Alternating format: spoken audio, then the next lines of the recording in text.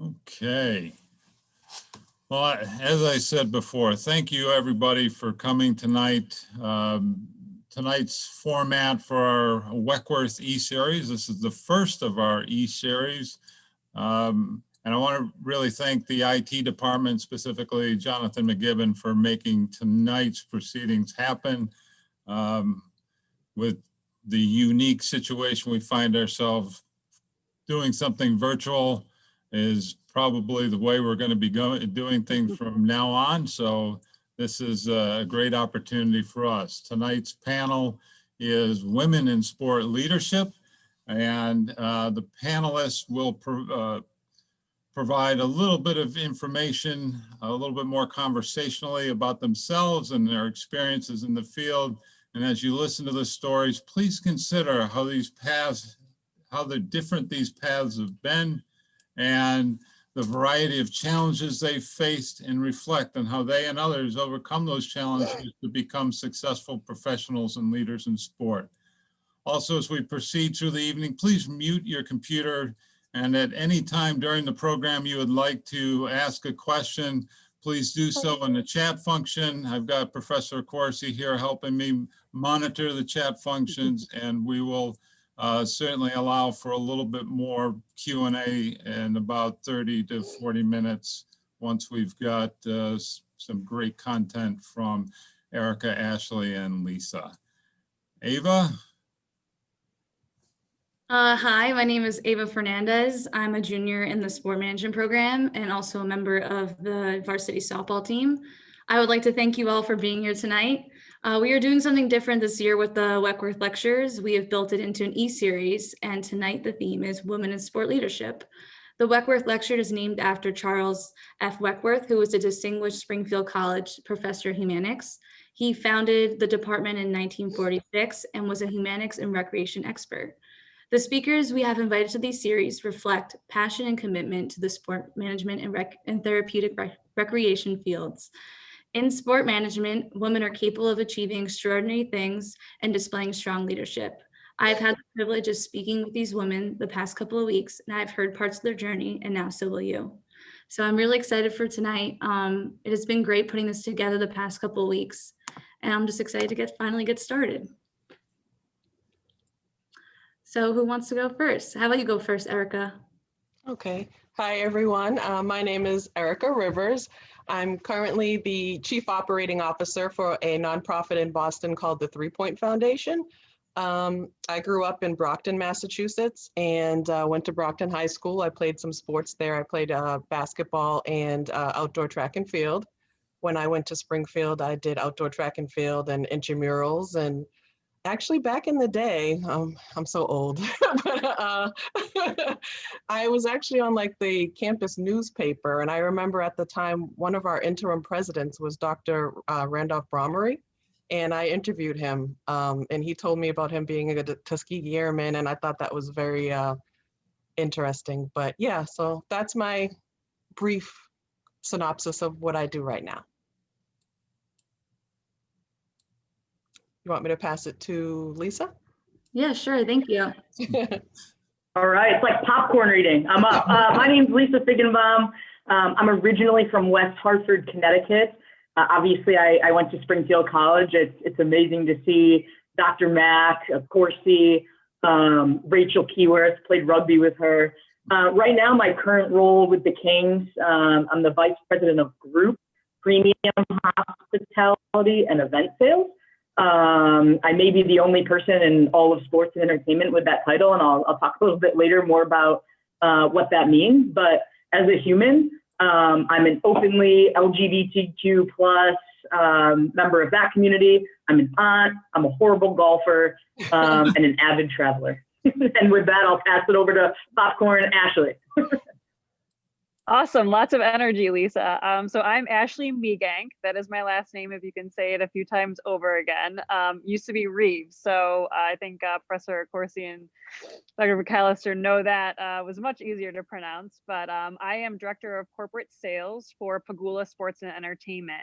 Pagula Sports and Entertainment is Kim and Terry Pagula, who own the Buffalo Bills, the Buffalo Sabres, the Buffalo Bandits, which is a lacrosse team, We also have a country music label down in Nashville. So I help broker partnership deals that includes hospitality, as Lisa mentioned, and wear a few hats. I'm primarily focused on the Buffalo Bills. So for all you Patriots fans, I'm sorry, but not sorry at all. I played when I was at Springfield. I was fortunate. So I'm originally from Iowa, but grew up in the Western New York area where I reside now, in Buffalo, New York, but was fortunate to go out to Western Mass. That I would never end up right back in Buffalo, but really enjoyed my time at Springfield. I would say just having that small, intimate experience. Still my best friends to this day. We keep in touch all the time, are from Springfield. So I think you all know the camaraderie and really the special relationships you build at SC. I played on the volleyball team. I think I still have a record for kills in a season.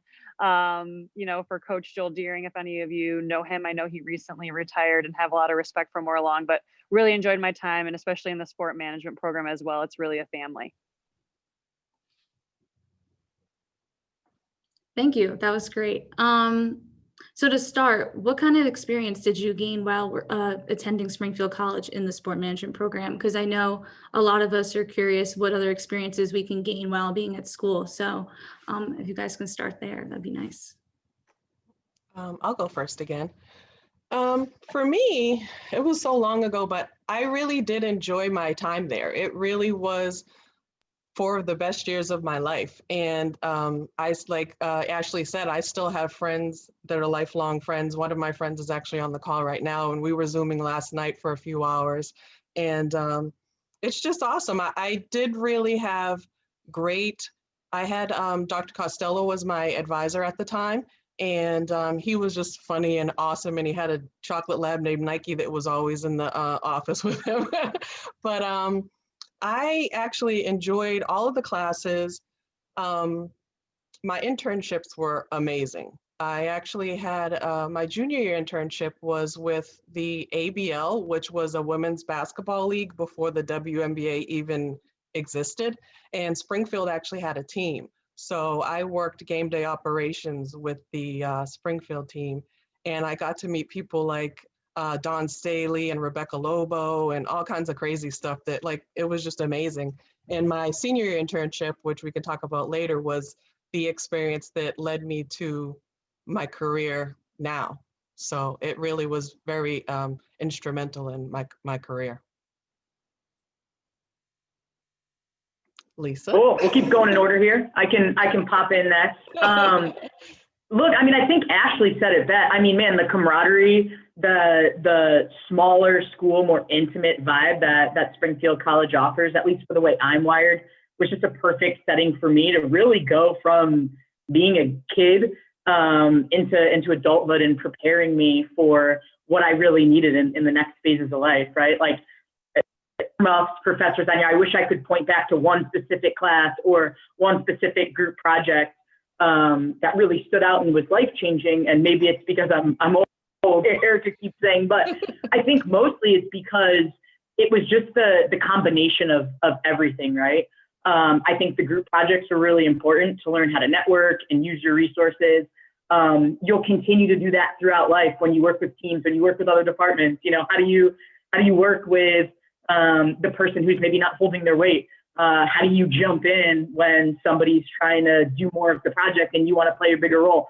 All of these little things I could go on were really important to getting me ready for that next step. I think the most important thing is that the network that Springfield College, I mean, the brand that this sport management program holds, even out here in California, right, it is very real and very prominent. And Springfield College got me in with my internship at the Excel Center, starting in the marketing department, or I suppose at the time it was the Hartford Civic Center.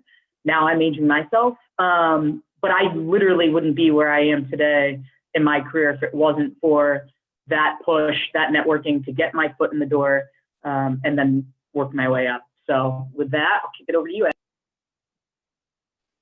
Popcorn here. So really, I would say back to the holistic experience. Sorry, Erica and Lisa really hit on that. But, you know, two, I guess, classes that really stuck out to me was PR with a Corsi over here. And that was just the energy and the thought process around how to look at the sports industry was really eye-opening to me. And then with Professor McAllister here, I did the risk management program, I believe it was called, but that was actually my first entree into the Buffalo Bills, because as part of that curriculum, we had to find an organization and ask them about what their plans were. So I was able to interview the director of operations with the Buffalo Bills. And back to those touch points, you never know, where it's going to lead to in terms of opening a door, but even developing that relationship. And I guess, look where I'm still in Buffalo with the Buffalo Bills. So that was honestly like one of the most pivotal curriculum pieces I had, just to have that conversation. So, back to small and mighty, I actually went to a pretty big high school, but the power of Springfield, and I think Lisa said this too, now I appreciate more than ever, because we keep saying and talking to Professor McAllister here, is that it's about the people and the network. And when you see that, someone is a Springfield alum, even if they're not in the sport management industry, even on our staff, our head strength and conditioning coach is from Springfield, and other staff members from Springfield too on his team. And to see that throughout the league, and even the network across, teams in general, I'm sure I can now call Erica and Lisa in a heartbeat and we have a great conversation. So there's definitely a power to that other, I believe, colleges and universities don't have nearly as much. My husband actually is director of football administration for the Buffalo Bills. That's how we met. He went to Ohio State. Love the big school atmosphere. Obviously, we root for the Buckeyes. However, he doesn't have that same connection, and he majored in sport management as well. And that's a good indicator for me that, I'm still very connected to my network, and I have a lot of, trust that's because of the small but mighty that Springfield is.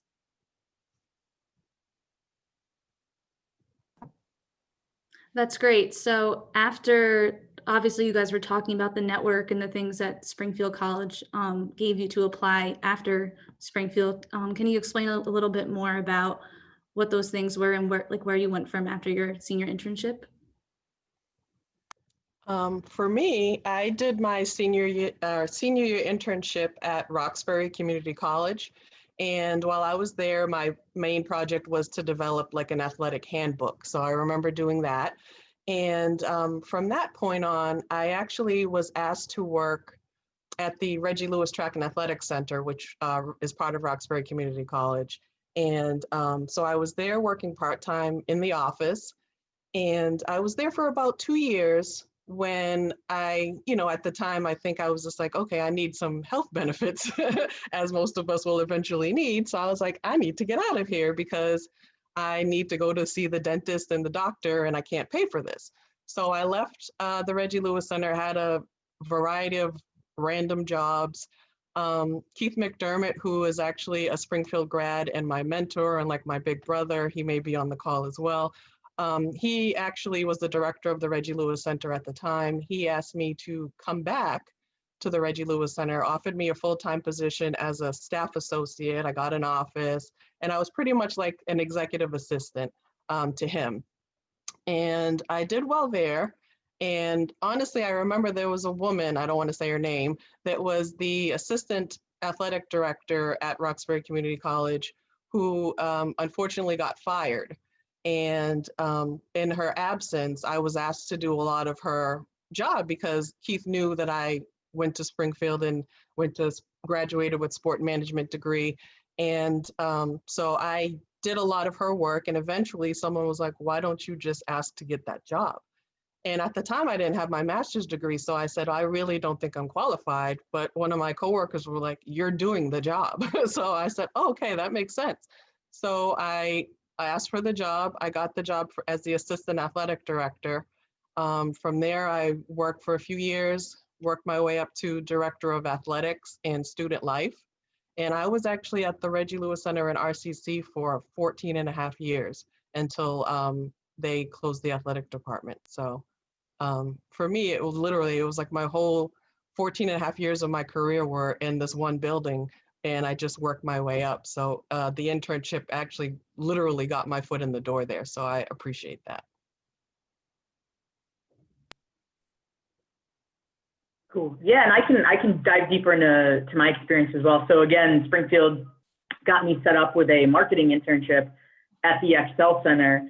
And it was a really interesting experience for me. I think perhaps I made the assumption I would come in and there'd be this really amazing baked out program and it's going to change that. I realize, and I say this to those of you who are either have done or have some internships in your future, with all due respect to the folks who are running the program, it wasn't exactly what I wanted it to be at first, right? And so I came in, I updated the website, I made some copies, but then I shifted my lens and realized, you know what, like I'm in full control of this, right? I've got my foot in the door. That's really the purpose of this internship. How can I change my experience? And when I had that epiphany, it changed my life, because doing that, one, made me feel so alive when I went to a sports game or just being in the entertainment industry. So I realized this is what I want to do for the rest of my life, you know? And sometimes during your internship, the biggest and best thing you can realize is either this is what I want to do, or it's okay if you realize this is not what I want to do. Equally as important. But in any case, I branched out beyond just my direct report, started developing relationships within other departments, really learned and started to grow from them, started to take on some more responsibility outside of what would have been my general scope if I just came in to my little back office every day and put my head down. So without rambling, I want this group to know, if you're having a challenging internship experience, there's a lot you can do within your control to change that and get everything you want to out of that. And similar to Erica, I was able to get myself a full-time role created as a sales coordinator, was then promoted 4 other times in our department there at 25 years old.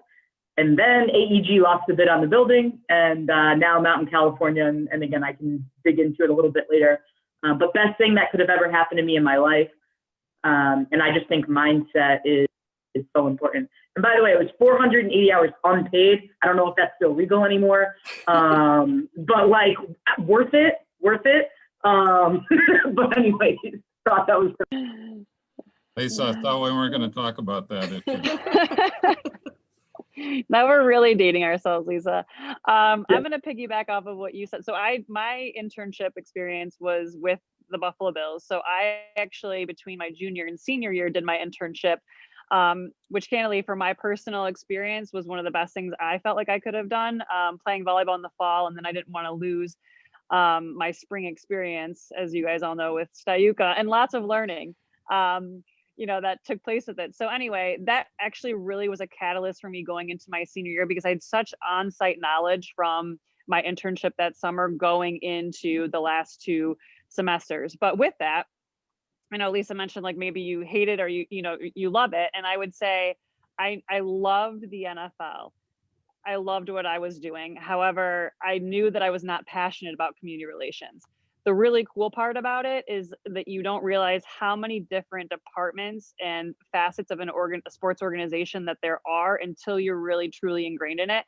And I really developed a passion by asking questions. A lot of interns, even that come through ours, like they're so sometimes laser focused. And I keep telling people, go talk to somebody you might be in business development with us, but go talk to community relations, go talk to event operations, go talk to football, and learn about their roles, because you might come in and say, listen, like me, I love what our CR team does. It's not for me, but I'm really passionate about what our business development team does. And fortunately for me, after my senior year, I kept in touch with, everyone on the Buffalo Bills team. And I was fortunate to get a GA position immediately following my senior year, which led to a full-time position. I remember vividly October 1st, 2006, the Bills played the Vikings, and I was on a little headset in game production, and the rest is history. But, continue to explore. Like once you get your foot in the door, like Lisa says, even if it's not something that you want, the internship to be, you have really the power and the autonomy to get the most out of that experience by asking those questions, by sitting with people. And you'll be really surprised at how many people are willing to speak with you and offer advice, because from where we sit in our chairs now, offering that mentorship, has a lot of personal fulfillment for us, especially as stewarding the message for Springfield. Thank you. You touched upon it a little bit, but what are some things students can do to set themselves apart from others? Because leadership is a huge thing today, and everybody has their own way of showing it. So what is something that you did to do that? Well, I think that just like Ashley and Lisa just said, networking is extremely essential nowadays. It's just, you don't know who knows who. So it's just putting yourself out there and, getting up enough courage to talk to somebody and say, hey, I'm a Springfield College sport management major. And, do you know anything about this? Or do you know any job openings? Or having a mentor, I think, is important as well, because someone that's been there or had the experiences that you may not have had is very important and could be very helpful to somebody as well. But I think that if you're a leader, for me, I feel like being emotionally intelligent is very important. Communication, in honest and open communication with your staff and your colleagues is important, and being authentic is important. So for me, that would be some of the things that I would say. But networking and having a mentor, I think if you can get a mentor, I know it's kind of hard with the pandemic and everything, but networking and like stuff like this is awesome, and I actually had one of the young ladies that's on the call message me on LinkedIn, and I'm going to talk to her next week. So hopefully things will work out, but it's awesome. Yeah, I mean, I'd add, look, probably one of the biggest areas you're going to have to find a way to stand out is through an interview process, right? It's no secret, sports is sexy. A lot of people want to get into sports. So how are you going to do that, right? And part of it is networking. It's no secret, it's built-in community. Who do you know? Who's going to vouch for you? Who's going to be your mentor and your supporter through that process? But also, how do you stand out, taking out all those other outside factors yourself during an interview process? And having been on both sides of this, I've learned a lot over the years. And I'll tell you what, one, Springfield College students are sharp. Any call I've had with them, they're super well prepared. They've done their homework on me. They ask questions, they send a follow-up. And I do not get that, unfortunately, from many, many, many other experiences. So it's either something in the water there or something they're teaching at Springfield College. But I will say that definitely stands out to me. But secondly, I can't stand canned thank you emails. I will not hire somebody who says, thank you so much for the email. I'm looking, or for interviewing. I'm really excited to work there. Looking forward to the next step. How on earth does that feel personalized? How does that make you stand out? If you want to send an email, fine. It's 2020. Pick out something that we talked about during the interview process. They caught my attention about this. I'm excited about that. At least personalize it. But I would recommend doing what we call now an old school handwritten note if you can, or taking it one step further. Sports and entertainment is all about technology these days, right? So if you can prove that you've already got a good handle on that, or creative ways, especially on the sales side or marketing or digital, to reach out, send a video. Send a video, is a logo in the background, whatever it may be.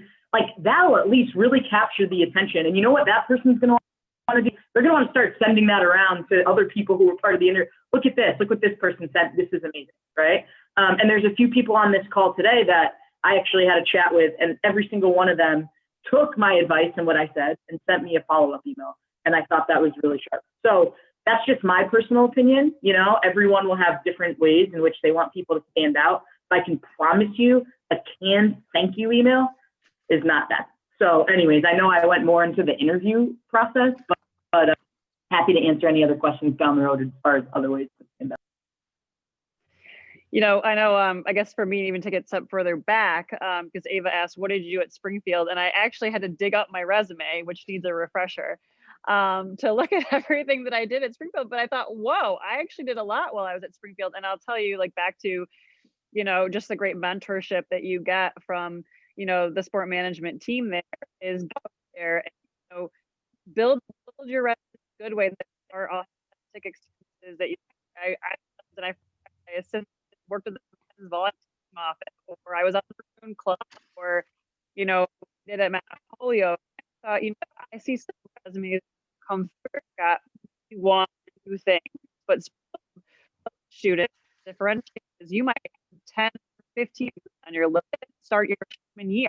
And I know we talk about hoop hall and some other really great experiences for students to dig in and get involved and have just the access and the ability to get experiences that other students at other schools don't have the opportunity to get. And that is a big differentiator when you look at a piece of paper. And then back to the personalization of things, like if you're picking up even on one tidbit that makes that conversation authentic, for me mentioning that my husband went to Ohio State, somebody might say, like, they might watch the Buckeyes game now this weekend and say, Ashley, it was so great to see you. Glad to see the Buckeyes did well for your husband. I mean, those are just like, I know Lisa's in, sales too, and sales can be viewed as a bad word, and believe me, it's not. It's relationships, and you're selling your brand. I'm selling my brand every day. I'm selling myself as a brand every day. And that's really how you have to think about your entire career process is, picking up and truly listening to what somebody is saying and what's important and important to them, because it might not be about that might help you get a job, and it might be something non-traditional you're not thinking about that could get you there. True. Now that you have like your foot in the door and you've got to where you are, like, what are the challenges like you've had to go through? Like, I think we're all curious, like, what is like things that you had to overcome while doing all these things you've had to be doing,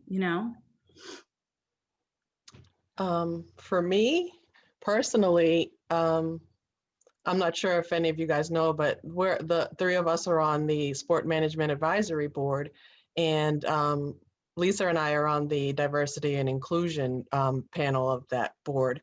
And for me, being a Black woman in sports has been difficult, to be honest with you. There's been times where I've had coaches, older male coaches, report to me, and they've questioned me, like they didn't think that I was making the right decision, or, they just thought that they knew better. And, sometimes they looked at me as like, oh, you're just a girl, or you're a younger girl. If I have coaches that are in their 50s that were reporting to me, or even just men in general. So in sports for women, I think that's been my biggest obstacle when I was the athletic director. And as a nonprofit person, it's not really as bad because there's so many different nonprofits and it's just more diverse. But in sports leadership and administration, especially intercollegiate athletics, it's very, very difficult to get heard, I should say. Yeah, and I can add on to that. I mean, look, being a gay female in a male-dominated industry, I've certainly had my fair share of headwinds, but I would call them just that. It's nothing that you can't overcome. And the way I'm wired, like, challenge accepted. This is great, right? Like, I take great pride in saying I am a woman at a level and do what very few women in the country do. So sometimes, to me, I used to make assumptions of how I'd be treated as a woman or how people would perceive me when I came out. And I feel badly because while there was a few times where it wasn't received well, the majority of the time it was. And so I realized that I was a bigger monster in my head than was reality, right? And I can say too, things have gotten significantly better. I've been in sports for I think 13 years now. There is no greater time to be a woman, to be a person of color, to be part of the LGBTQ plus community and get into sports or honestly any industry. But you've got to find the right people who will support that and not just say they'll support it, because anybody with half a brain would say that right now, but show it and back it up, right? By doing things like this. Or looking at their track record, how many women or how much diversity is on that team when you look at LinkedIn? What are the stories that the staff tells that currently work there? All of these things matter. So I also think it's really important to point out, it's not women versus men, right? And I feel badly because I think sometimes with this sensitive conversation, it can sound like that, and that's just divisive, and that's silly. It is all of us together trying to do the best we can in society and trying to do the best we can in business. And there's a million studies that'll show you the most diverse teams, not just with race or sex, or orientation, but also religion, socioeconomic, where you're from. All of these things matter. And so for the men on this call, I would encourage you to be an ally, be close with women. If you notice in an office setting that it's a bunch of dudes talking over in the corner and there's a woman left out, because yes, that happens all the time, like, be the guy that's aware of that. And either go grab her then or go ask her later what you can do to make her feel more comfortable to include her in the conversation. Sorry, as you can tell, I get very passionate about this, but you could go on forever in this space, but everybody's part of this conversation. What you realize 99% of the time is that people's intent is not bad, but everybody's learning as they're going through this. And we all need to make each other aware of some of the things we're doing. Mansplaining, body language in meetings. Oftentimes I'm a senior person in a meeting. We have a third party coming in to try to sell us on a tech tool. They treat me like an intern, right? They're looking at the guys on my team beneath me to seek the answer. And you want to know what my guys do now? They make them feel about this small and they say, well, that's our boss over there and she's the one making the decision. Do you think they did that the first time that happened? No. But through conversations with them about how they can support me without making me feel even worse in that situation, we've gotten to a really good place. I could give you a million examples, but the key takeaways are there's no better time to be diverse in sports and entertainment. We all need to have these uncomfortable conversations with each other for everybody's greater good. Trust me, the guys will be grateful. And we can all do it, and we can all do it together. Anyways, I get going on those rants. So actually, I'm going to cut myself off. I'm so glad that I follow you, Lisa. I really am. So really, you hit the nail on the head with, I think what has been a challenge in terms of being a female in sport is really turned into an opportunity, but not just for females, but diversity in general, with, really taking a step back and saying that you are more powerful as a diverse group in thinking and thought and your backgrounds and what you can bring to the table than having a singular approach and, the way that I want to do it versus the way we want to do it. And, we've really opened, the floodgates in our culture. And this was even before, the social justice situations that came up, is let's pull people into brainstorming sessions like, the guy that sits at the bottom of the tunnel, or just think outside of the box of who you're bringing in to get some critical thinking for an organization. And you're actually sometimes, I shouldn't say shocked because we're not shocked anymore. Some of the best ideas come from those non-traditional, information sessions of just bringing a diverse group of people together. So I think that's been a really big opportunity. And, back to, a good thing out of the social justice movement is that that's being more accepted. I know that there's challenges, and like Lisa said, there's headwind there, or Erica said, there's still challenges with being a Black woman, and how you have those great conversations. I'll take a bit of a different spin on a challenge as a female, is having children. And we've come a long way as an organization with that, but I vividly remember I have 3 children, 8, 6, and 2, and my husband has a very demanding job as well. And when I was on maternity leave with my second child, I remember being pregnant, and a guy looked at me and he said, I'm sure you're not going to come back after this, right? You're just going to be a stay-at-home mom. And I was really insulted by that. Have I thought about it sometimes because of the madness? Sure. But, I am beyond passionate about my career. I've, built a name and, a lot of equity and pride in where I've come in my career. And, you're not there yet, many of you considering going to school, but, 10 years from now in your career, and this is a lot of a deterrent, is that you think you've got to work, hours upon hours. And yes, you do. You're going to be going to events and you're going to have a lot, on your plate, but that's any job right now. That's any career that you put yourself into. There's going to be a lot of sweat equity, and sports is no different than that. But that doesn't mean that there can't be a career here for you, and that you can grow and you can flourish and you can be successful in it. So, there's going to be roadblocks getting in the door, but there's also roadblocks when you're in the organization and you hit pivotal times in your professional career or your personal life, like I said, having children, and how you balance it all. But, I think you have to be confident as a woman. There's a ton of value to add there, and that you can have a family. You can have 2 people in your family that are working hard and still be successful. Thank you. If I'm like, I was thinking like, if I'm a woman and I'm going into an organization and I feel like I'm not being supported, like what are some things I can do to try to gain that support from my other coworkers? I would say just talking. Communication is key for a lot of things. If I didn't have people that, if you have people that you can trust, and sometimes, to be honest with you, you don't have people at work, you know, they're just colleagues or coworkers. But if you have someone you could trust at work, talk to them about it. Maybe if your boss is that cool person, you can say, you know, this is how I feel. How do you think I should deal with this? Having mentors is actually like one of the things. There's been times, like I said, Keith McDermott, I've gone to him multiple times. I can't even count how many times I've asked him for advice, personally or work related.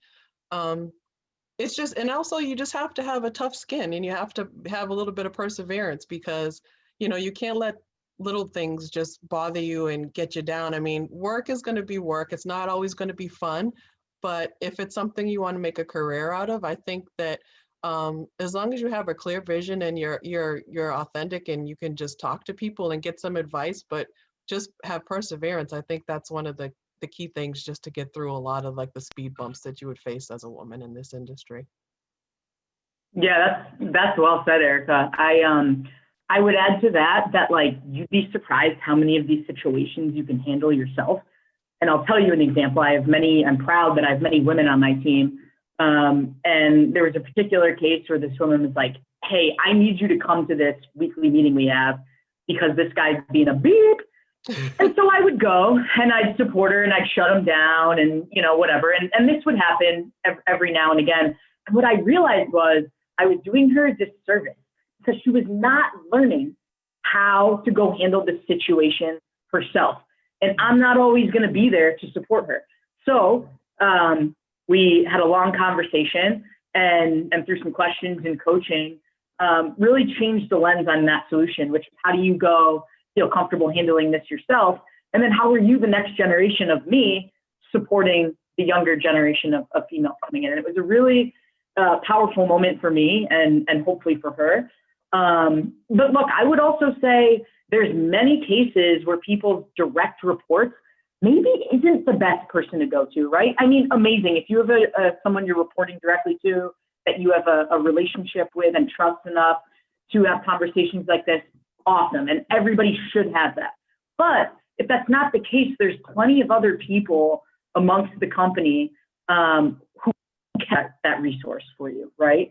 So don't be afraid to ask for help, you know, and also utilize your peers, right? I mean, power in numbers and community and making people feel safe and comfortable. I mean, I gave that example about the group of guys and how do you welcome in that woman. But I mean, honestly, sometimes situations going on can be solved just amongst the peer group. You don't have to escalate it up. So anyways, I mean, there's a million different scenarios. And I'll just tell you, everyone feels like the world's going to end and, oh my God, this guy's such a jerk. It's not. You're going to get through it. You're going to learn from it. That person's probably going to learn from it. But if it ever gets really bad just across an organization, look, you hear that every now and then, leave.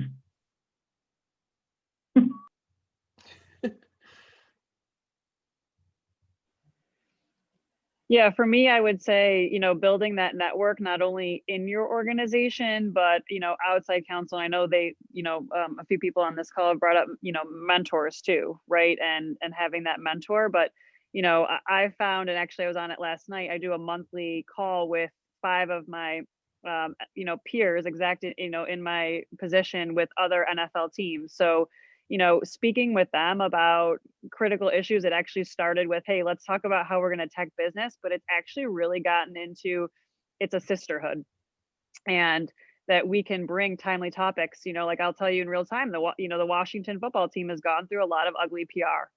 And a woman on that call has been with that organization for 22 years. And she said, you know, like Ashley and everyone, when we went through this, where our names are smeared in the paper, my clients think I was part of it, you know, and to you as a female and, you know, going through something like that, you know, people on the outside might think you had to do other things in your career to be elevated into a position you are because of the way that you look or the way that you don't look, or whatever it might be, you know, you want to be in a position you're in because you've worked hard and you've earned it. So they've had, and this is just a real-time example, you know, some situations with that, but the opportunity that's come out of that situation for her and talking to, you know, our network has been, they went from maternity leave being 4 weeks to 16 weeks.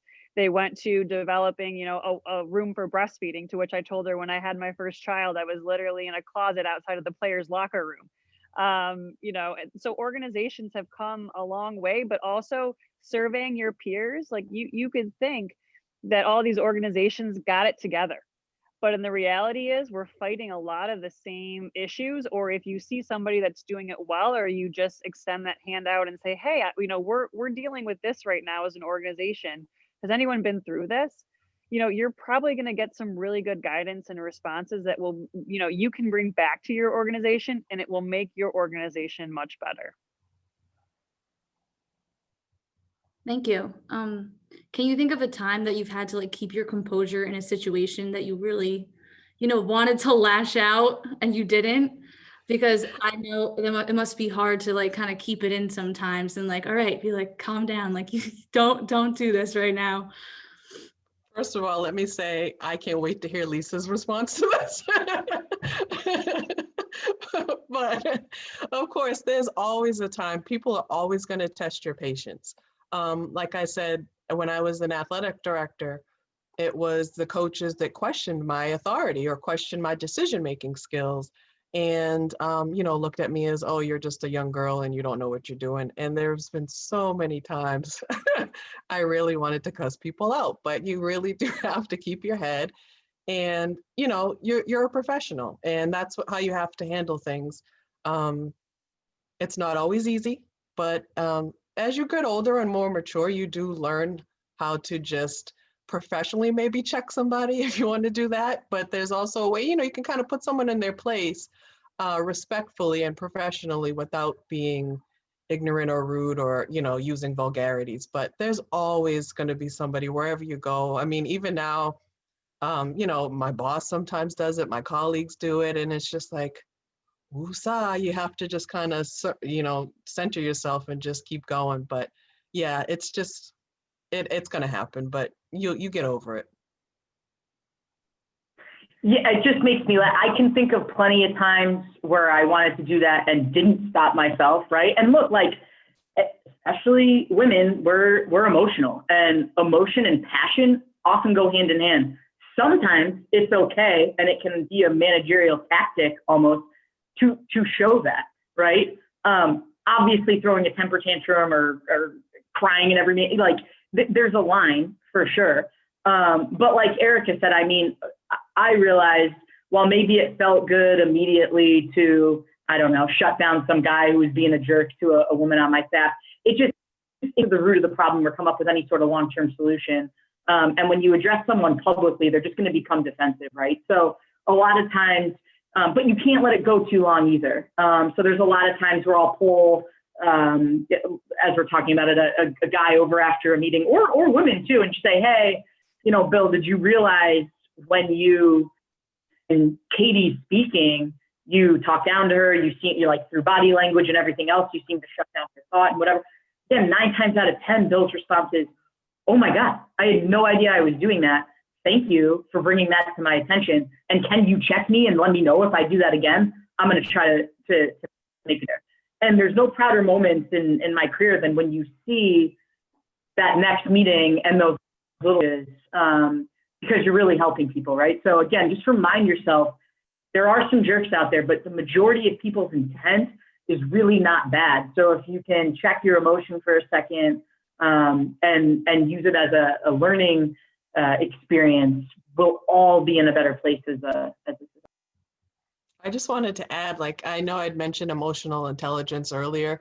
That's a lot. That's important because you have to be aware of your own emotions and other people's emotions. And especially being a woman, you don't want to be the one that lashes out because they'll be the first one to call you a bitch. And that's normally what will happen if you speak your mind in a position of power as a woman. Sometimes that's the first thing that'll come out of a guy's mouth.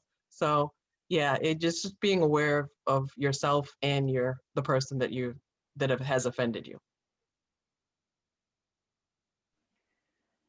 Yeah, I think Erica and Lisa hit this one really well. I mean, to, I guess, amplify that message too, you know, the weight that we all carry of how we react, and how we go forward, you know, from that interaction as well, because, you know, a lot of people are probably very aware of how in that conflict or confrontation you handle yourself, how you address a situation. You know, I had something recently where, you know, words were taken out of context, and, you know, I was very heated about it, and I had to explain myself of what, you know, my points were. But I also realized the individual that I was speaking with he's incredibly high paced and he's very analytical. And it was a really good learning opportunity for me, because while I might have finished a sentence with something, you know, he took 3 or 4, you know, the first sound bites I said, not the last. And that's just lesson learned in communication in general. But when I found out it became miscommunication, I got really upset. But after reflection of 24 hours, I called this individual directly and said, hey, you know, I understand that some of my words were taken out of context. Let me briefly explain myself. And having, I think, the ability to sit back for a minute, and again, I don't know if I would have done this in my 20 somethings, but sit back for a minute and think about it, and then how to approach that situation, like Erica and Lisa said, both in a professional way of a head-on approach, because no one else should be doing it for me and defending me. It should be me. That, you know, there was a great conclusion from that story. So, and a good working relationship. And you're going to run into that. And a lot of people, especially as you grow in your career, will say, you know, how did, you know, so and so handle themselves when this came about? Because that's just life, and how you can handle yourself going forward.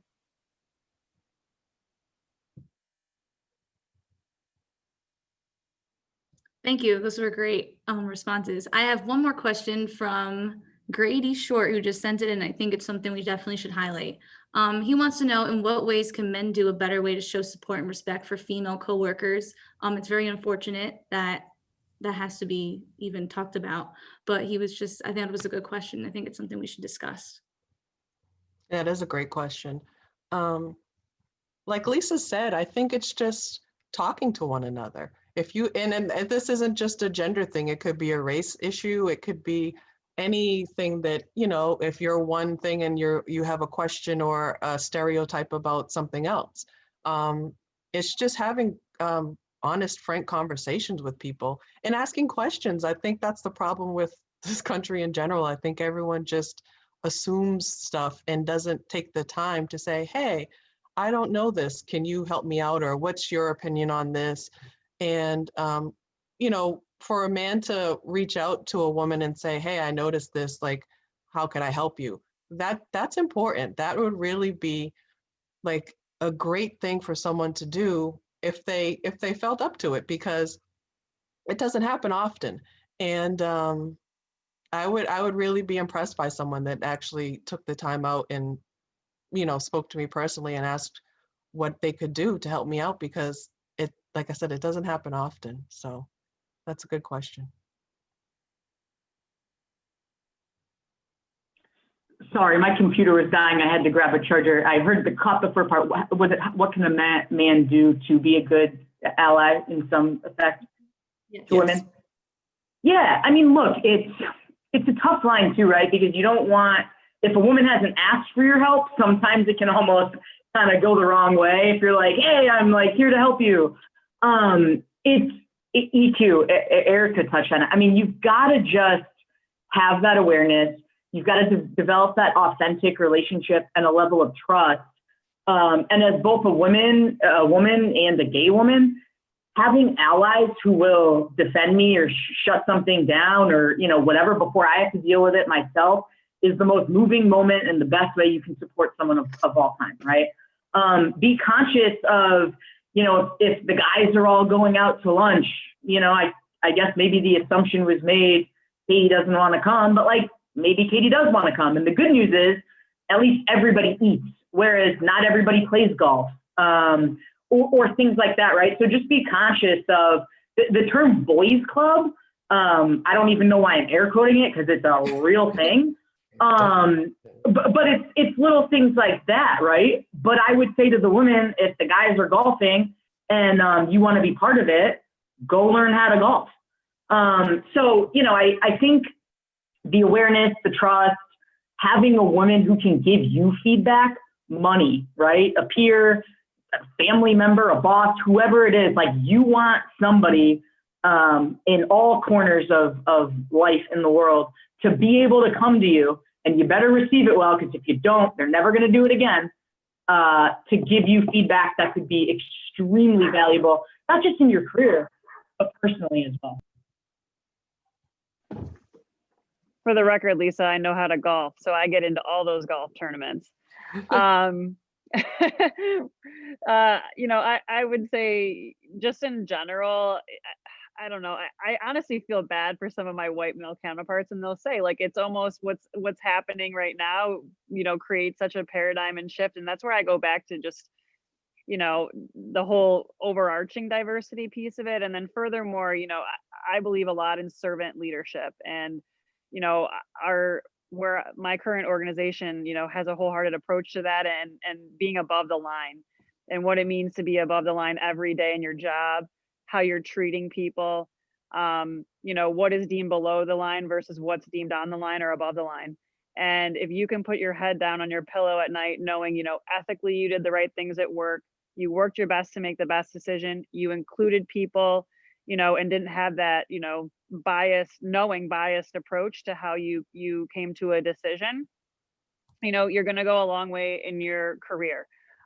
Getting to know things about people outside of work, you know, and they don't have to be your friend, but you can be hyper aware that Susie's father is going through chemotherapy. You can be hyper aware that, you know, Ashley has 3 children and a husband who works full time, and what those, you know, not that you know the challenges of everyday life, but, you know, be respectful of what people's, you know, outside situations are, because when it all comes to the fold, you are people and you're working with people, and you are the people that are getting it done together. So, you know, I think back to the above the line, and that servant leadership approach can get you really, really far, whether it's with, you know, treating women or anyone in your organization. Thank you so much. I think we're going to open it up to the chat now to see what questions have been asked. Yeah, so we've got a couple of questions here. I want to put Abby's up first, and then we'll get to Dr. Borland and Dr. Mangano. So Abby wants to know, what would your advice be to students who are going out on internship as you deal with the pandemic? The bigger question here is, how can you stand out with so much of this going virtual? Good question. I think Lisa hit on this a little bit, but it's like definitely unprecedented times. Like I wouldn't even know a lot of answers. Nobody really knows a lot of answers during this time. I would say just try to be authentic and be innovative, because I feel like right now is a time where it's so different. Nobody knows what to do or how to move forward, or what may work and what may not work. So I think being innovative at this time would probably be one of the best things to do if possible. But yeah, I that's the only thing I could think of right now that I could, as far as during the pandemic, because it's difficult. I had an intern from Springfield last semester, but it was in person. My program is still running, but it is virtual. But it's a totally different animal. So it's just hard. I think it's just try to participate in as much as you can and be involved as much as you can. And if you have any good ideas, let people know. You never know what could happen. But like I said, innovation and ideas, talking about things, asking questions, just being involved and engaged in as much as you can is probably one of the best things I could say. Yeah, it's a tough question. Hi, Abby. Look, like the social aspect's gone, right? And I'd imagine everyone on this call has amazing personalities, and like the water cooler talks, the just walking by. Sure, that makes it a lot easier. But don't let it distract you from like the fundamental things that are still there, right? Like you can still do a really good job in what you're doing. You can still be proactive and go above and beyond from the tasks that you're being asked to do. You can still set up Zoom calls with other departments, and that might even get more access to some of these folks, given the current state of the industry or where we're at. So Stick to the fundamentals, do a great job, go above and beyond, still be courageous enough to go ask for a 15-minute Zoom coffee call. And just, like Erica said, try as engaged as you can. It's different in every scenario. But try to figure out how you can take on more, how you can do more, send a weekly recap, highlight what you've done, even if you weren't asked for it. Things like that can certainly be helpful. Yeah, I would say overarching with GAs, and we just had a conversation about it this week, is that, we're probably going to be leaning on our interns and GAs more than ever because we're running leaner right now as a staff. And I think it actually presents a good opportunity for students that are going to be, going into internships, because you might be exposed to more and you actually might get more real-time critical thinking about how to handle, as Erica mentioned, the unknown that we're all in. Even about what 2021 looks like. So back to, what Lisa said about being proactive and, continuing to find ways to differentiate yourself with, the forward thinking approach, or how can I help? What is the challenge that, you guys have going on right now? How can I help with that? It's good for us, back to the diversity piece, of having, a different mind in there that might have a great idea for the team to utilize moving forward. And there's a lot of that going on. I mean, really, the sports world is changing. And not to go down a rabbit hole with, the NFL in particular, which is every sports team that has fans in the stands, but there's an evolution of thinking about your brand in the stands to thinking about your brand from a social and digital application, and how that's monetized, how you're reaching people beyond the borders, which has already been happening, but more so than ever. Buffalo Bills fans or New England Patriots fans live outside of the New England or the Buffalo area, and they're passionate about their teams. And how are you capturing that? Lisa, I'm sure you're going through the same thing. There's still nothing like being in the stands, but how you can create an experience for people to engage with your brand, like we're doing right now, is there.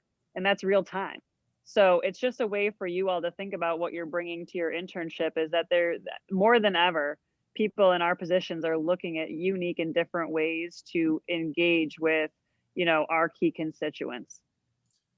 So it sounds like much of this is about being a little bit different, being a little bit unique, being innovative, and coming up with that little bit of extra that demonstrates your ability to get after that social media piece that's in an appropriate way, because the digital space is becoming so important. We have another question from a student about leadership skills, but I do want to come back to Dr. Mangano's at some point about mentoring, because we've talked a little bit about mentoring, certainly about the informal or the formal, and if it becomes how it's set up. But Lexi Pace just put a great question in the chat box about which leadership skills were the hardest to develop, and how would you advise a student to work on these areas? So I'm actually gonna switch it up a little bit. I'm gonna have Lisa go first this time. Or Ashley looks like she's ready to go, but go Is ahead. Lisa on? Oh, okay. Leadership skills. I feel like we've talked a few times on our board about sales being a bad word. And I know I mentioned it before, but how you are selling yourself as a brand. What do you stand for? The authenticity that Lisa mentioned, figure out the core of what that means, and then how you go about every day, back to that above the line, but how are you selling yourself? Erica mentioned communication. What are you putting into an email? That's all about who you are as a brand. And no matter if you're in sales or if you're in a different department or whatever your skill set, you're still selling yourself every single day and what you represent. So I think if you keep that at the core of what you are working on from a skill set perspective, that can really pave the way and help you continue to narrow in on that focus. Right. Yeah, I'd say, look, leadership's all about the people. And I think a lot of leaders miss on that. No strategy, no matter how robust or amazing, is going to be effective if you don't have the people bought into it and ready to execute it and implement it on the other side. I will also say, not everybody's meant to be a leader, and that is okay, right? I mean, I think society makes us all feel like unless we're a team president of something or at the top, that somehow we've fallen short of some mark. BS, right? Not everybody's meant to be a leader. That is okay. But the people part, there are some more natural born leaders, right? You figure that out through sports, or if you're the leader of your social group, whatever it may be.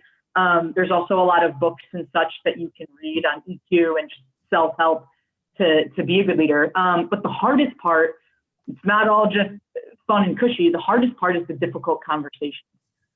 So one of the things tangibly that I think you can do now, and it sounds a little weird, but practice having difficult conversations, whether it's with your friends, whether it's with your family, whether it's about the social justice stuff going on right now, whether it's about one of your friends being a big jerk, whatever it is, the more you can get used to the art of enrolling someone into a conversation, giving feedback, feeling more comfortable kind of delivering difficult news, the better you'll be at that as you get on further in your career. Because the end of that is having to fire someone. And I've had to do that, but you know what? That's not the worst part, because by the time they're at that part, many difficult, transparent, here's your chance to improve and get better conversations along the way, right? So I think that piece is really important. I would also say keep your eyes open, right? What do you want your brand to be? Who are the leaders you want to emulate? And equally as important, who are the leaders that you've learned more what you don't want to do as a leader, right? And that's okay. Those are both equally as important. And fortunately or unfortunately, I think everyone's going to have probably both of those experiences at some point in your life. But that's a golden nugget. Like, don't look at that and think, oh man, this sucks, whatever. Look at that and remember that when you're a leader, not to make the same mistake. Agree. Ashley and Lisa literally hit it on the head. I was going to say, sometimes people say that leaders are born. Sometimes they say it's the lessons that you learn. And I think it's both. I think there are characteristics that people are born with naturally that can help them be a leader. But then a lot of the stuff is just experience. Confidence is important, because if you're leading somebody, you need to be confident. And that's, to be honest with you, that's something that I struggle with now as a 43-year-old woman. It's a COO of a nonprofit. Sometimes I just question, like, is this what I should be doing? Or is this, but you have to be confident. Like Lisa said, clear communication. Sometimes having those tough conversations is difficult, but then, she said, practice those scenarios where you have a difficult employee or a difficult boss, or something is immoral or something going on. Like, if you just practice those different scenarios, sometimes you'll get to, figure out how you would handle it, talking to other people that have gone through that stuff, maybe saying, hey, this is how I handled it. Maybe this is how you should handle it. But marketing yourself, being authentic is really integral too. So having a clear vision of what you want to do helps make a good leader as well. So if you get a job and you want to do a certain thing, make sure you have your plan lined out as much as possible, but have a vision that you have for whatever you're trying to do at that time too. Thank you, Erica. And it sounds like the valuable advice here is being authentic, being a great communicator, being transparent, and being yourself, and understanding that sometimes if you don't feel like you're a leader, you don't have to be either. But it sounds like the authenticity piece is an important part of that, and learning how to develop that is very, very important, which will happen over time. Correct, Erica? So that's Yes. important things. Speaking of leaders, President Cooper would like to make a comment, so I'll open it up to President Cooper. This was the best Zoom of the week. You ladies are amazing. Lisa, Ashley, Erica, Ava, I mean, all of you. I wrote more notes in the last hour than I've written all day. I can't tell. I love your chutzpah. I love your spirit. I love how authentic you are, but how just the core of you. It was really good to hear you. And I want to just thank you. I have nothing to add, except to say that hard work and loving your job make all the difference, and if that's not working for you, call Lisa, because she's going to tell you Yes. what to do, right? That is fundamentally, we got one life to live. And I think we've all learned that in all these troubling times, but who you spend it with and where you spend it make all the difference in the world. So I want to share with you my personal thanks for the four of you sharing your thoughts tonight. I learned a lot. Thank you, Dr. Cooper. Thank you so much. I'd add that it speaks volumes that you took the time out to be part of this conversation. And, from the top down, that just shows that we're not talking the talk here. We're walking the walk, and this matters for a woman in sports topic. So thank you. I think that's a great shift and a great example of that right there. Absolutely. Absolutely. Thank you very, very much, President Cooper. Well said. We've got a couple more questions in here, and I think they're rather important. I don't want to, while I think this was almost an ender having President Cooper join us, but there are some really important questions here. I want to make sure we get to them. So we'll go for a couple more minutes. From Fatu, we've got a great question. While diversity is crucial, inclusion is just as important. What do you do to actively ensure that everyone feels included? An excellent question, Fatu. Why don't we start? Well, we'll start with Lisa. I think she's got a lot. She's already started to talk about this, so let's hear from her. Yeah, I mean, look, it's a tough question. It's a great question. It's a really tough thing to do, right? Because you can't read everyone's minds. You can't even necessarily feel when people feel uncomfortable, but you can create a culture and environment where people feel like they have a voice and can perhaps provide suggestions to counteract maybe something that isn't making them feel included. But I mean, one, I think it's diverse leadership, right? I mean, there are studies that if people see somebody who is like them or someone they can relate to, they instantly feel more comfortable. So I think that's really important at every level. There's a lot of ERG type groups coming out, Women's Sports Network, groups for people of color. I think those are really important if done correctly. And I think that's a really important piece. A pet peeve of mine is just to do those for like a PR set and there's not anything concrete being done behind them. So I think that's really important. But ultimately, it's choosing the right group of people who are going to be aware enough or to the best of their ability to make sure everybody feels included.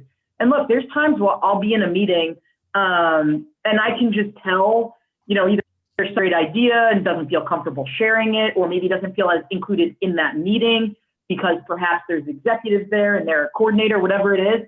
I mean, I'll go sit next to them and just kind of, hey, what's going on? And if they don't speak up in that meeting, I'll grab them after and say like, dude, I know you had something great to add or share. Why didn't you share it? Well, I didn't feel comfortable. And so the next time that comes around, I'll say, hey, Katie, what do you think about this? Right? So I think there's little things people can do all around. It's such a broad topic, so I'll leave it at that. It really comes down to just this overarching culture. Okay. Erica or Ashley? Erica's microphone is on, so. Okay. I'll piggyback on what Lisa just said. Inclusion is important. I feel like it's one of the things that you need to do. First of all, let me say kudos to Springfield College and the sport management department for creating the advisory board that we're on and having a diversity and inclusion portion of that, which I am proudly, I love being on that portion because as Lisa said before, like the good old boy network in sports is Caucasian men. And it's not even just men and women, black and white. It could be gay, straight, Jew, Protestant, Catholic, whatever your differences are, they bring value to any organization. I think the fact that you can have a bunch of different people, a variety of people with a variety of ideas, as long as you guys all have the same common goal for the company or the organization or whatever the project is, the variety and the differences of opinions and ideas is like, sometimes it's something you wouldn't even think about that someone else has an idea of, and you're like, wow, I really blew my mind because you didn't think about that stuff. So I think that's one of the really important parts about diversity and inclusion. I missed the question, so I might have to repeat. I know it's on diversity and inclusion. What do you do to actively ensure that everyone feels included? Gotcha. Okay, I think a lot of this was covered just with what, you know, Lisa said, even about grabbing somebody to go to lunch, or just knowing the audience in the room, and asking for their thoughts, and how they can participate, and making sure that that environment is created where people feel like they can participate, or with, if they're in an audience where they're not as comfortable, that they know that, you know, you have their back to be vocal and share opinions. So you know, we've had a lot of that in our organization, fortunately, where people have opened the doors on separate topics, and even having an employee collaboration committee that hits those topics on what the employee body wants to hear. But you got to be active, you know, and we say sometimes we'll get into a room with our leadership and then nobody asks questions. And like Lisa said, it's like, come on, this is your chance. This is your opportunity to speak up. So I think just taking the opportunity, even in those types of environments, to ask questions, you know, can really help with inclusiveness of people feeling like they're in a safe space. I think one of the important things that we talked about in that diversity and inclusion think tank was the issue of inclusion as being the culture and being the umbrella term that engage people in that inclusive environment, where diversity, as Lisa and all of you have described, are kind of the facts of the different groups that come from that, whether that's black, white, that's, you know, we brought up religion tonight, we brought up different LGBTQ plus community. So that's, you know, they become kind of the different subgroups of that inclusiveness. But Lisa, I can't thank you enough for making the comment, and Ashley, I know you've talked about this often, how important that diverse ways of thinking help make an organization better. And the studies that you've talked about that demonstrate when you do have this inclusive mindset, this inclusive culture, decisions are so much better and so much more productive for that organization. And I think you've highlighted that exceptionally well tonight. Well, I'll do one more question, and it kind of comes back to the mentorship piece. Do you have formal, informal mentorship programs within your organizations? Because I think it speaks to the networking, it speaks to the relationship building that sales focuses on so often. What's worked for you? What do you seem to think works best all around? We don't have a formal mentorship program. However, I will say, you know, I would challenge all of you to go out and think about 5 people that you'd want to get to know and why. Back to expanding your network, you know, because it leads to curiosity. And I'll tell you, even from being on this advisory board, you know, I was fortunate to meet JT McWalters, who's also on the board, who just got a promotion. Oh, yay. Cool. Yeah, as VP of Okay. I think he's overseeing now all of business development. But, you know, he said to me, hey, you know, my former boss, Catherine Carlson, is overseeing business development for the Philadelphia Eagles now. You should talk with her. And that's led to a great, you know, conversations with her. And I know Amanda was on there the other day when I was talking about it, but I had, you know, I wanted some career advice, and I felt like, you know, I texted her, and it was Friday after hours, and said, you know, would you be willing to talk with me for a few minutes? I just was looking for some career advice. And she got back to me within 2 minutes, you know, and said, are you available to talk now? And I had a great, you know, hour-and-a-half conversation with her. And, you know, she goes by the motto of help a sister out, right? And if you're looking for it and she can help you, help a sister out. And So, when it comes to the mentorship piece of it, don't be afraid to ask. And I know we've said sometimes you click with people and sometimes you don't, but if you click with somebody, that back to who you aspire to be in leadership qualities, that you say, hey, that person is someone that I would really like to model after, find a way to connect with them once, every other month or so, or build that cadence and trust to have that person, because it's great to have your boss and people in your organization that are advocating for you, but equally important to have people that, are invested in your family and, what you want for your personal and professional goals to be, and be a solid benchmark of that. Erica? I also don't have a formal mentorship program with the 3 Point Foundation. However, I do feel that there is great value in having a informal mentorship. I know we've talked about it and discussed it on the advisory board, and we all wish that we could be mentors to the sport management students. There's just so little of us and so many of you. But I feel like it could be anybody. It doesn't have to be somebody professionally. It could be a friend. It could be your parent. It could be one of your professors. It could be Dr. McAllister. It could be anybody. Like I said, I have Keith McDermott, who is now after 20 something years is like a brother to me. But like I said, I met him as the director of the Reggie Lewis Center. He was a Springfield College grad from like the 80s. And I run personal and professional questions off of him. And it's great to have somebody like that that's in your corner. So it doesn't have to be a formal thing. If anybody needs it, like just to talk to anybody. And if you guys want to chit chat with me, I'll be glad to put my email in the chat and help you out. But yeah, it's good. It doesn't have to be formal. It could be informal too. But anyone that's a little bit older, or even maybe not even older, but just experienced a lot of things, they could definitely be a helpful sounding board. Yeah, so at the Kings, we have a formal mentor program that I started a few years ago. And I recently just nudged the MBA to start, for at least managers on up, a mentor program across all teams, which was a big win for my career. But look, like Erica said, the informal mentorships are hands down going to be the best ones, right? Where you already have that relationship, but what do you want out of it, right? I mean, I can't tell you how many times I'll sit and have a mentor conversation, and like 30 minutes later, I can't tell if I've added any value to this person other than some laughs and maybe building some more rapport. So with, look, here's what I want to accomplish during this chat.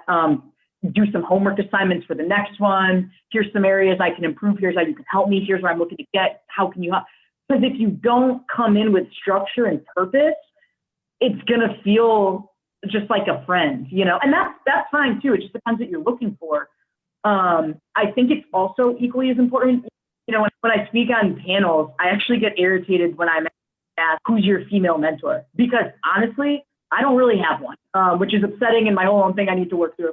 But my point is, my mentor is a male, and he was my former boss of 7 years. And there's something really important about that, right? I mean, awesome. If you have a woman-to-woman mentor, great. But push yourself out of your comfort zone a little bit, right? I mean, you could learn from people who maybe you're not going to have as cool of a conversation with because you can relate and you're doing this. But you could perhaps learn a lot more, right? If you're super extroverted, extroverted woman, go find an introverted male, whatever it may be. But I would encourage you to challenge yourself in that space. But super important, make sure people understand how they can help you, what you want out of this. You're going to have to be the driving force. And I'll just end on saying I've learned just as much from my mentees as hopefully they've picked up a little bit from me as well. And so it can really be a very cool two-way street. But if you don't ask, you don't get either. Exactly. Ava, would you like to wrap up tonight's proceedings? Sadly, I will. Anyone that knows me knows I could probably ask questions for like 2 more hours, but it's fine. I would just like to thank everyone for coming tonight, faculty, my fellow students, alumni, or any students from other high schools around the area. I think we all know this was an amazing experience to be able to hear just people who actually went to Springfield College, like the experience they gained and the opportunities they had. It was definitely inspiring, and I'm going to take everything you said and just drill it in my brain. And again, from the Department of Sport Management and Recreation, I can't thank Erica, Lisa, and Ashley enough for their time and their efforts tonight. They've been such a valuable part of our Sport Management Advisory Board. But more importantly, for the students, I think this has been an important evening for you to help think about your future, what it takes to be successful, being authentic. Don't be afraid to ask. Build your relationships and be innovative, be creative, and above all, be yourself. So thank you for tonight. I'd love if Erica, Lisa, Ashley could hang on just a little bit before we drop off, but the rest of you, thank you very much for being here. All right. Thank you, guys. Good luck with school. Thank you, everyone, for coming.